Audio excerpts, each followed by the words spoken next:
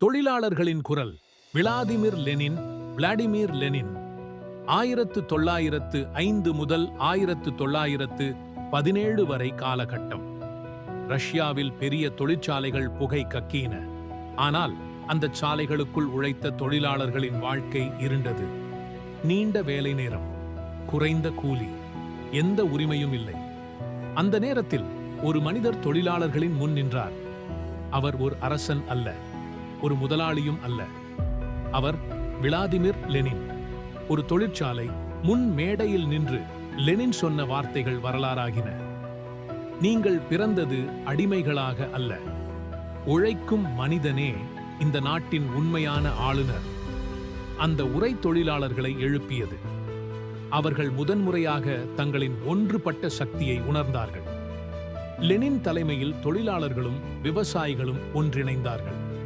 அதன் விளைவாக 1917 ரஷ்ய புரட்சி நிகழ்ந்தது. அந்த புரட்சி ஒரு அரசை மட்டும் மாற்றவில்லை.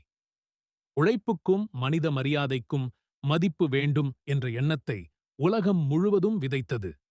இந்த உண்மைச் சம்பவத்தின் பாடம்: நீ பிறந்தது போராடுவதற்காக அல்ல, ஆனால் அநியாயம் இருந்தால் போராடத் தெரிந்த மனிதனாக இருக்க வேண்டும்.